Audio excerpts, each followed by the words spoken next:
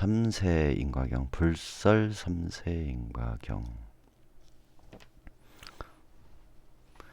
네, 여러분, 제가 종종 얘기하지만 경전 공부를 하실 때는 반드시 그 경전이 언제쯤 나온 경전이고 그 당시에 불교는 어떤 사상이었었는지 좀 알아보시고 공부를 하셔야 됩니다.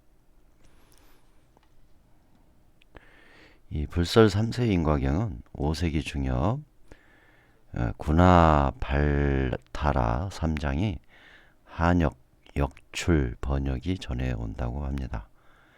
그러니까 인도의 팔리어나 산스크리트어로는 전해져 오지 않고 있고 한역으로 역출된 번역이 전해오고 있다라고 보시면 되겠죠. 부처님 열반 후 약 천년경에 한역으로 전해졌다고 볼 수 있고요. 그 당시는 소승불교가 쇠퇴, 상자불 불교라고 표현을 하기도 하고 초기 불교라고 표현하기도 합니다. 인도에서 불교가 약화되고 대승불교가 북방에서 성행하면서 한역 경전이 많이 만들어지기도 한 시기로 보시면 되겠습니다. 그래서 종교적 입장의 그런 내용들이 많이 가미되어 있습니다. 참고하시고요. 한번 본문을 보도록 할게요. 한때 부처님께서 법화경을 주로 설하시던 영산회상에 계실 때였다. 부처님의 10대 제자 가운데 한 사람이며 다문제일인 아난존자를 비롯하여 1250명의 많은 제자가 함께 모였을 때이다.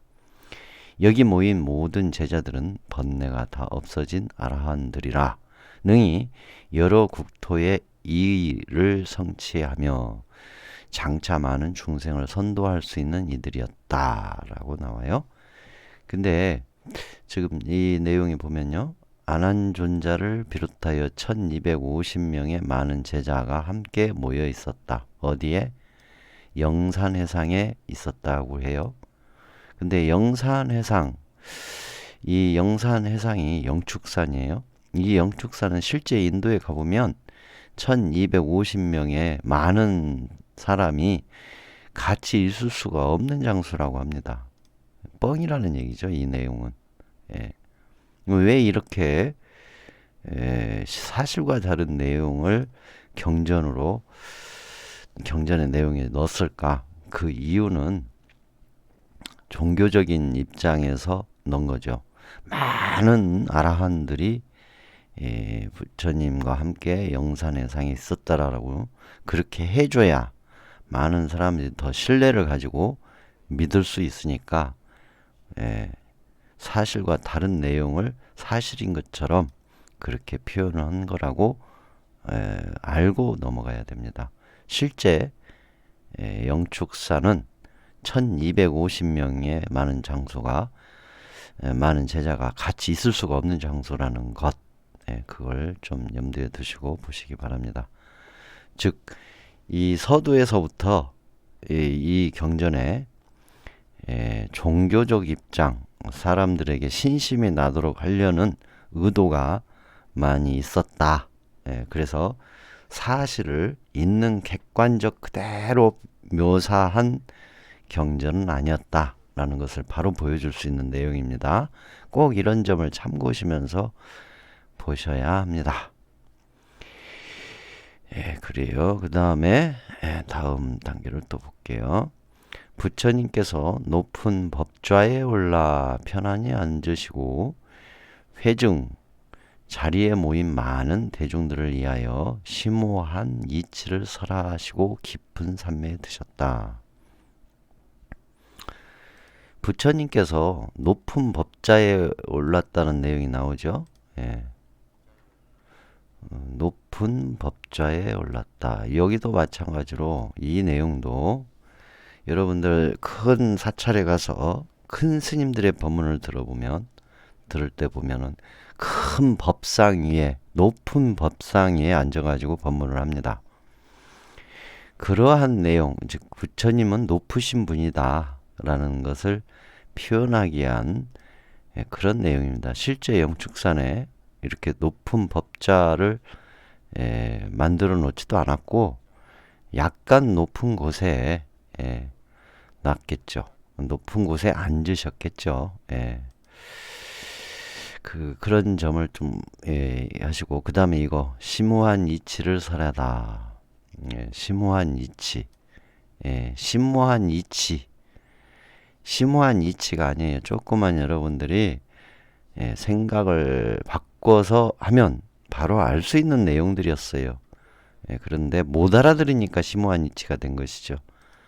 있는 사실을 말씀해 주셨는데 있는 사실을 못 알아들어서 심오한 이치라고 표현을 하게 된 것인데, 이 자꾸 심오한 이치 해버리니까 부처님의 가르침이 자꾸만 어려워지고 나하고는 관계가 없는 아주 심오한 것이 돼버립니다.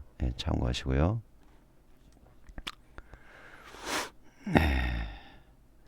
그때 안한 존자가 자리로부터 일어나 몸을 단정히 한 다음 부처님께 3번 정례하옵고 무릎을 꿇고 합장하면서 다음같이 사례었다.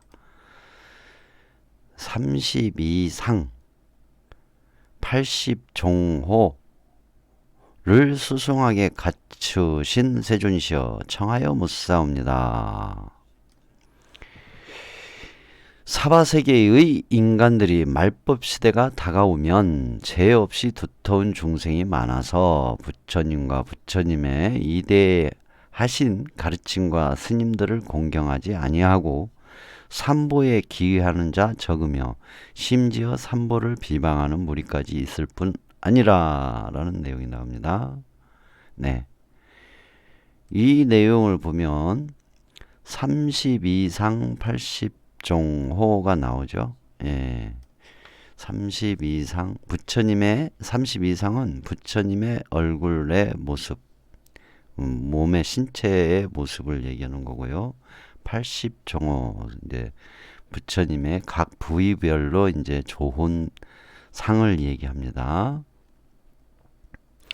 근데 여기 보면 말법시대라는 단어가 나오죠.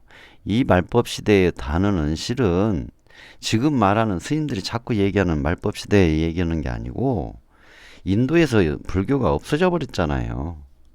그러니까 지금 이 경전이 나온 시기가 자체가 인도에서 불교가 쇠퇴하는 모습을 보여주는 그런 대표적인 내용이에요.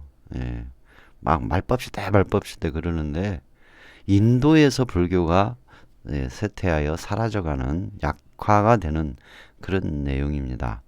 그래서 인도에서 힌두교는 번성을 하고 이 불교가 쇠퇴해 가니까 당연히 스님들을 공경하지 않고 또 삼보에 기여하는 자도 적어지고 심지어는 삼보를 비방하는 무리도 생기겠죠. 그걸 보여주는 모습이에요.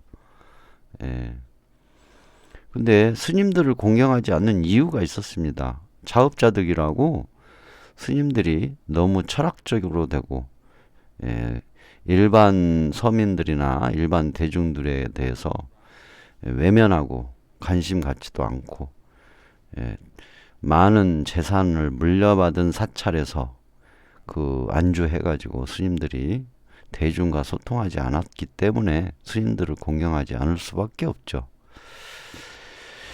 그러니까 스님들한테 들은 바가 없으니, 인생에 도움이 되는 말을 들은 바가 없으니까 기이하는 사람도 적어지겠죠.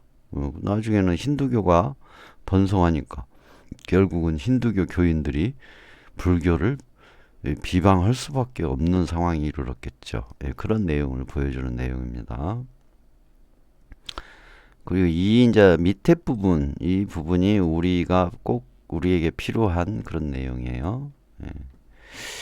자기를 낳아 길러주신 부모마저 봉양하지 않으며 그들의 마음이 사악하여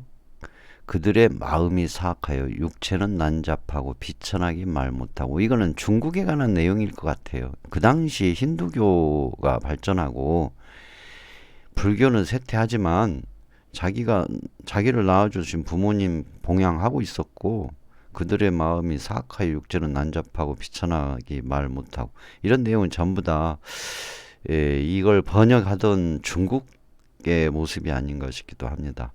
육신은 온전치 못하며 하루 종일 살생하고 남의 목숨을 해치는 것으로 업을 삼으니 북이 빈천이 천차만별이라 집안이 가난하여 비참하기 이를 데 없고 어떤 이는 두 눈이 멀고 혹은 귀가 먹고 벙어리가 되어 말 못하며 하루아침에 부귀 공명이 이슬처럼 사라지는가 하면 일시에 부모를 여의기도 하고 순간에 처자식을 잃기도 하니 사바세계의 고통과 액난이 끝이 없습니다.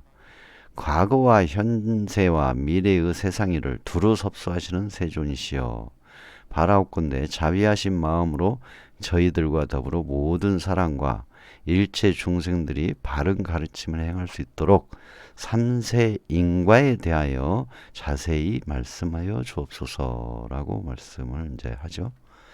여기에 이제 부처님께서 말씀을 해주시죠.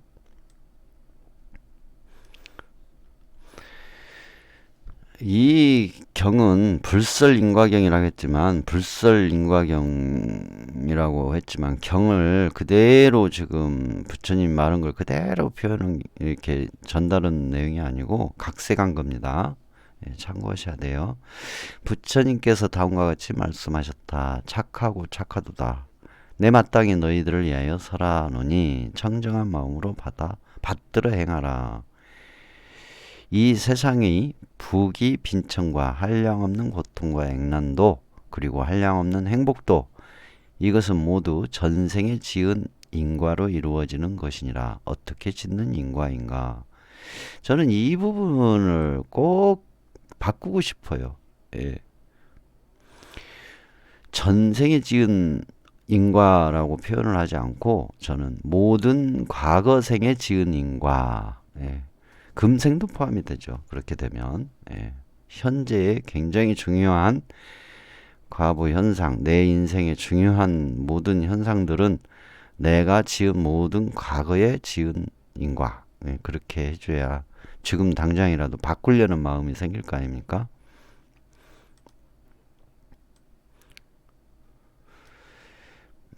먼저 너희는 부모에 효도하라. 마땅히 부모가 아니면 너희가 어찌 이 몸을 세상에 나타나게 되었으며 설사 출생했더라도 핏덩이 연약한 몸으로 어찌 홀로 성장할 수 있었겠느냐. 여인이 한번 아이를 출산할 때 서말 서대에 붉은 피를 흘리고 8섬 9마리나 되는 젖을 먹여 양육하였느니라. 이 표현은 전부 다 중국식 표현입니다.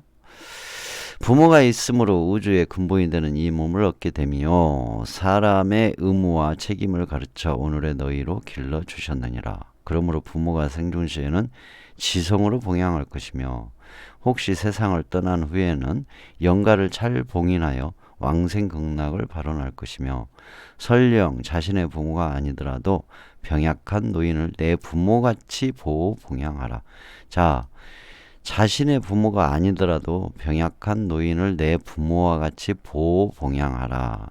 십선업의 내용이에요. 십선업의 내용. 그래서 부모에 효도하라는 내용이 나오고요. 그 다음에 다음 내용을 한번 볼게요. 너희가 너희 부모를 마땅히 봉양하면 삼보철룡이 항상 보호하여 줄 것이며 무력할 때 너희가 만일 부모에게 불효한다면 선신은 자연히 너를 본받아 직접 안갚음을 줄 것이며 늙어 병약할 때는 결정코 너를 버림받을 것이다. 너도 버림을 받을 것이니라. 그렇게 나오죠. 근데 이 표현을 제가 좀 바꿨어요. 왜 바꿨냐면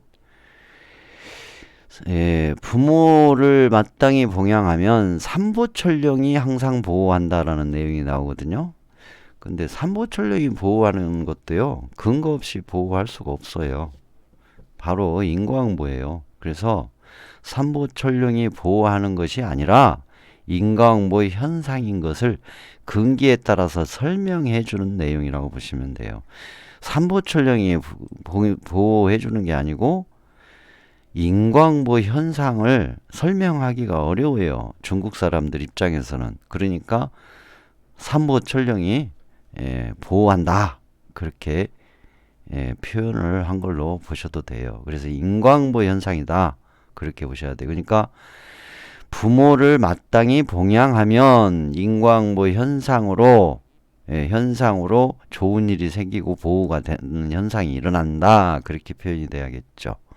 그 다음에 부모에게 불효한다면 선신이 자연히 너를 본받아 직접 안갚음을 줄 것이다 라고 얘기를 하거든요. 선신이 하는 것이 아니라 이것도 인과응보 현상인 것을 근기에 따라 설명하는 것이죠. 그리고 마지막에는 인과응보 현상 그대로 표현을 했어요. 늙어 병약할 때는 결정코 너도 버림을 받을 것이니라. 이건 인과응보 현상 그대로 이제 얘기를 했죠. 표현을. 다음은 삼보를 존경하라. 그리하면 반드시 부처님과 모든 호법신장으로부터 보호를 받을 것이며 죽은 후에는 지옥에 들어감을 면할 것이니라. 인과응보 현상에 대한 내용이에요. 인과응보 현상의 내용. 그러니까 이렇게 막 호법신장으로부터 보호를 받고 막 이런 내용은 근기가 낮은 사람들한테 이제 표현하는 거였죠. 인과응보 현상, 과보 현상으로 좋은 일이 있을 수밖에 없고 잘 될 수밖에 없다라는 내용을 호법신장, 신들이 도와준다, 보호해준다 그렇게 표현을 한 겁니다. 그리고 당연히 삼보를 존경하는 사람은 삼보를 존경했기 때문에 그런 게 아니에요. 삼보를 존경하는 사람은 당연히 십선업을 실천할 것이고 당연히 팔종도를 실천 수행할 거 아닙니까? 그러니까 인과응보로도 그렇게 될 수밖에 없죠. 당연히 선업을 지으니 삼보를 존경하는 사람은 당연히 선업을 짓겠죠. 삼보가 가르쳐 준 대로 실천하면서 생활하니까. 그러면 그 선업에 의해서 결국은 죽은 후에 지옥에 안 들어가고 천상에 태어나거나 좋은 집안의 사람으로 태어나겠죠. 그거예요.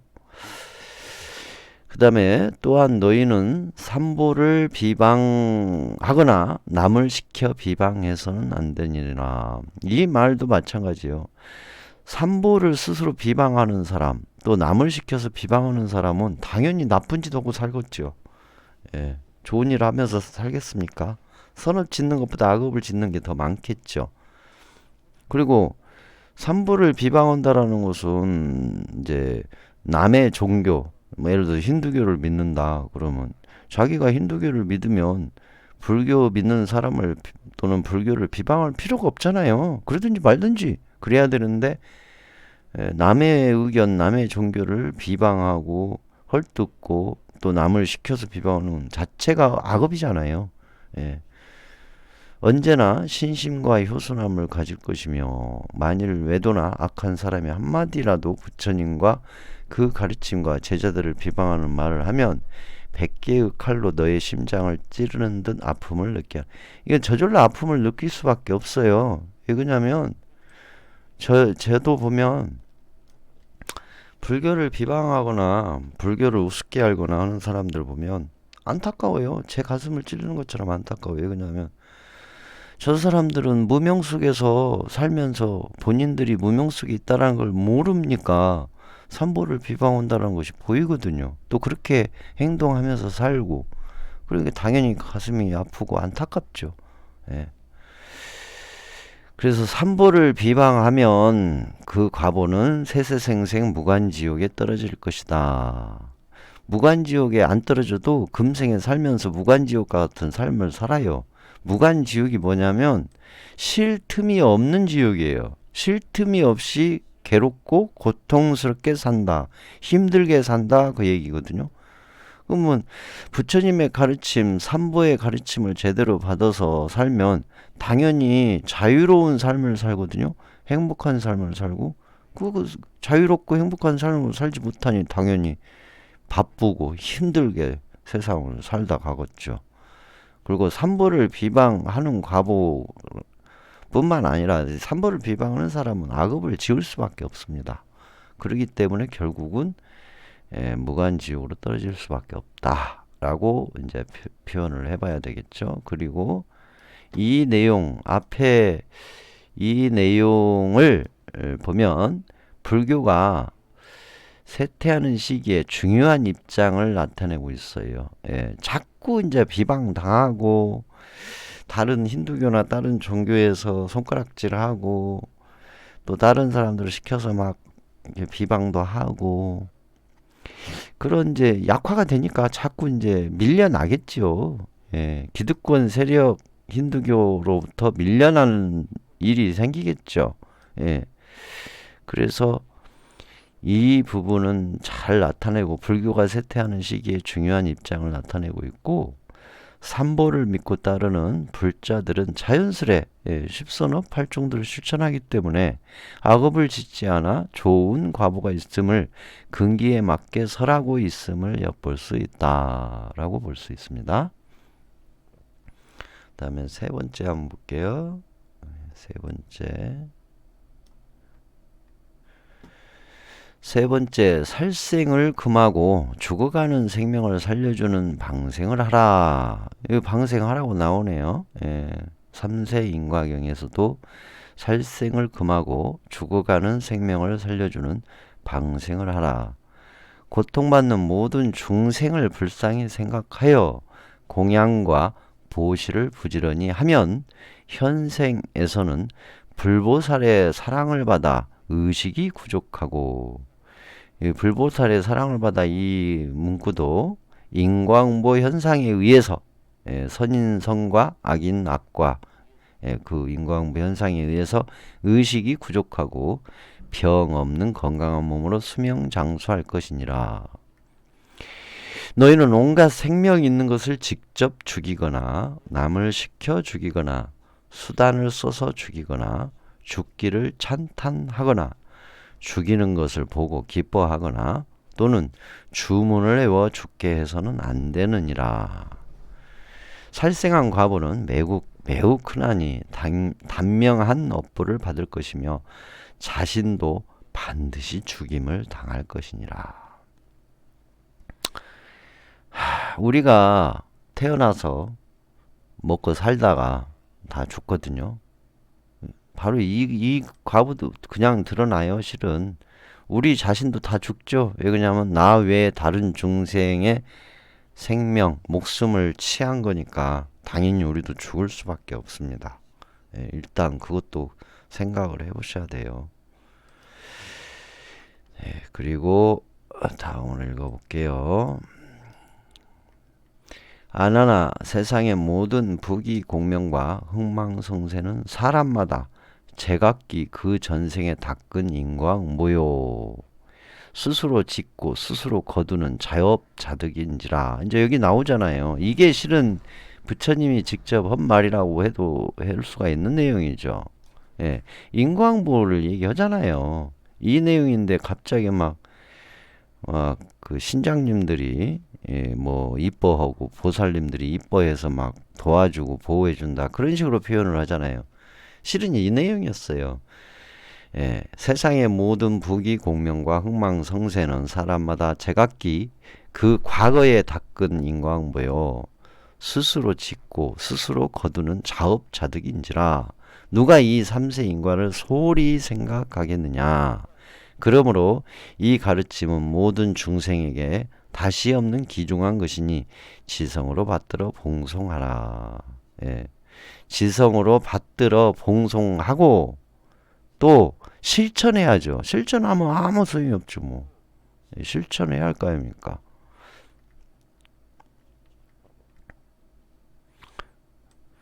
그 다음 또 이제 부처님께서 아까 이제 얘기한 32가지의 거룩한 모습 32길상 80종호 그렇게 표현을 하거든요.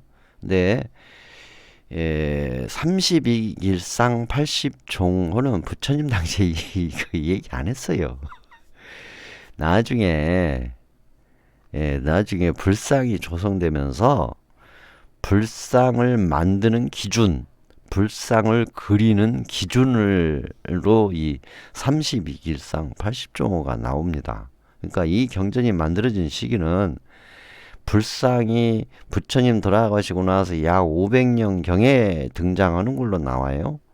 그 뒤에 500년이 지난 뒤니까 32길상 80종호가 부처님의 한 말이다 라고 충분히 전설이 돼서 불설로 표현을 할 수 있는 시기가 됐죠. 참고하시고 그것이 틀리다 맞다 그것이 중요한 게 아니라 이 내용을 통한 우리의 삶의 교훈과 지혜가 지혜를 찾아내면 되죠. 부처님께서는 다시 32가지의 거룩한 모습을 얻은 인연에 대해서 예를 들어 자세히 말씀하셨다. 비구들아 32상 32길상 이 모습은 아래로 발바닥에서부터 머리 이까지 거룩한 몸매를 말한다. 이거 부처님이 이런 얘기를 하겠어요? 안 했겠죠. 이 몸매를 갖춘 이는 너희들의 말과 같이 세상에 있으면 어진 왕이 되어서 모든 백성을 어질게 다스리고 만일 출가하여 수도하게 되면 이 세상 온갖 거리낌을 벗어버리고 부처님이 되는 것이다. 깨달은 사람이 되는 거다. 깨달음을 얻게 된다. 그런 내용이에요. 부처는 일찍 머나먼 옛날 몸과 입과 마음 이 세 가지로 여러 가지 착한 일을 하였나니 이거 굉장히 중요하죠. 몸과 입과 마음 이 세 가지로 여러 가지 착한 일을 하였나니 보시하고 계행을 지키고 부모에게 효도하고 수행자를 존경하고 어른을 공경하였으므로 32상의 거룩한 몸매를 얻었느니라 라고 나옵니다. 그러면 나는 이미 태어났는데 이 32길상을 거룩한 몸매를 가지지 못했어요. 그러면 희망이 없잖아요. 금생에. 그쵸? 근데 여러분들이 십선업 실천을 하시는 그 팔종들을 실천하시잖아요. 그러면 아우라가 생겨요. 기본 골격은 바뀌지 않지만 그 아우라가 생긴답니다. 32 이상에 해당하는 그런 아우라가 생기게 되죠. 그렇게 해서 희망을 가져야 되겠죠. 자, 다음.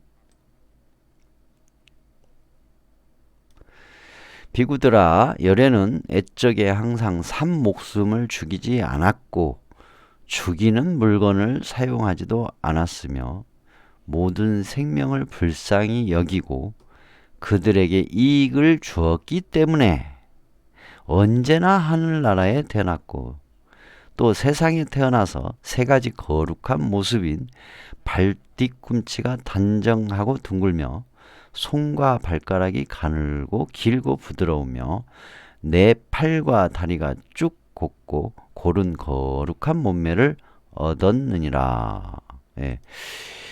이 목숨을 죽이지 않았고 죽이는 물건을 사용하지도 않았고 모든 생명을 불쌍히 여기고 그들에게 이익을 주었기 때문에 언제나 하늘나라에 태어났다.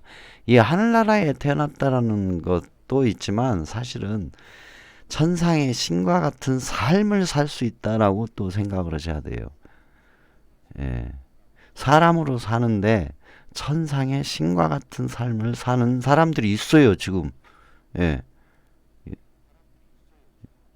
그렇게 있잖아요, 보면. 뉴스에 많이 나오잖아. 텔레비전에 많이 나오잖아요. 그런 신과 같이 거의 신급에 해당하는 삶을 사는 분들이 계시잖아요.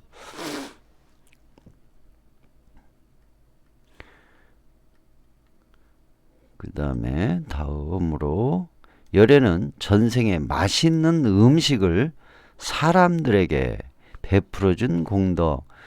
이거를 해석한 사람은 인간 중심으로 해석을 했어요. 근데 부처님은 육도 중생을 다 평등하게 보셨잖아요. 그러면 맛있는 음식을 배고픈 중생들에게, 묻 중생들에게, 육도 중생들에게 베풀어 준 공덕으로 손, 발, 어깨, 목 등 7군데가 원만하고 고른 거룩한 몸매를 얻었느니라. 이렇게 표현을 해야 되겠죠. 예.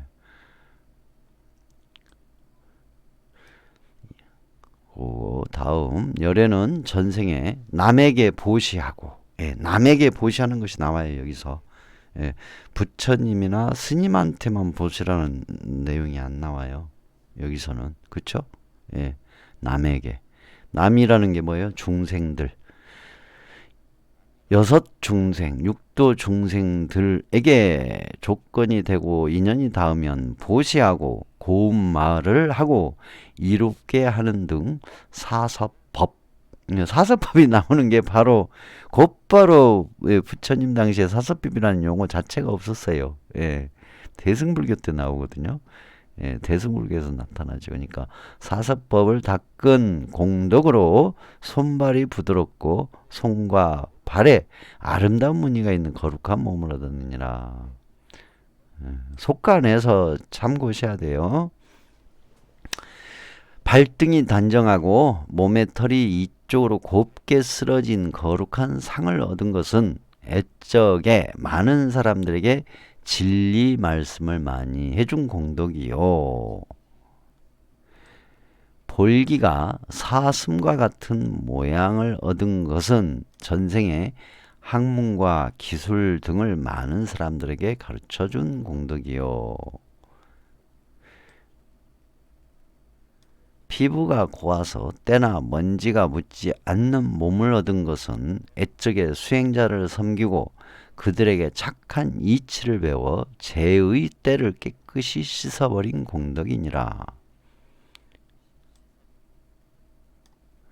비구들아, 황금색과 같은 몸을 얻은 것은 전생의 모든 중생들에게 성내고 분해하고 미워하고 불만한 마음이나 표정을 보이지 않고 도리어 좋은 옷을 베풀어준 공덕이요. 예, 좋은 옷을 베풀어준 공덕이 나오죠. 예.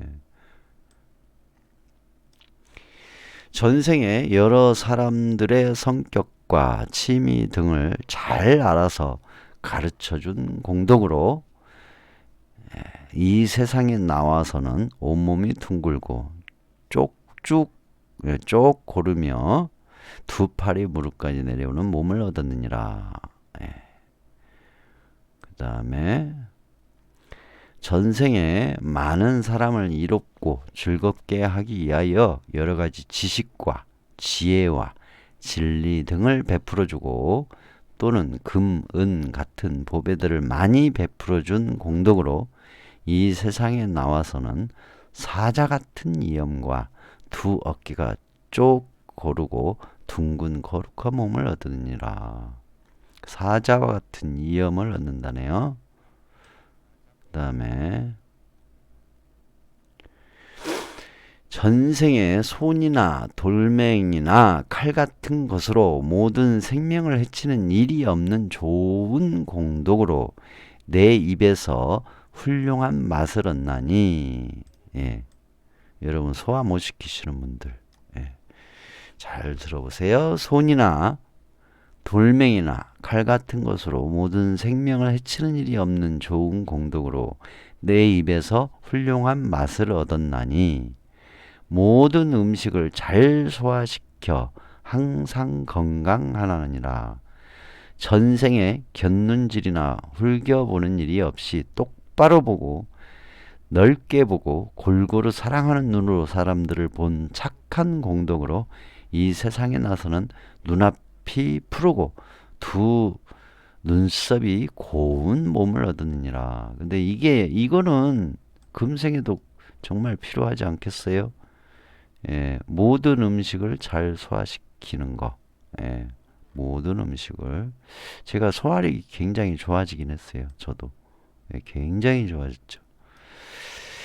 전생에 다른 사람보다 솔선해서 선행을 실천하고 보시하고 계행을 지키고 부모에게 효도하고 수행자와 어른을 존경한 공덕으로 머리 위에 보살 상투가 있는 거룩한 몸을 얻으니라.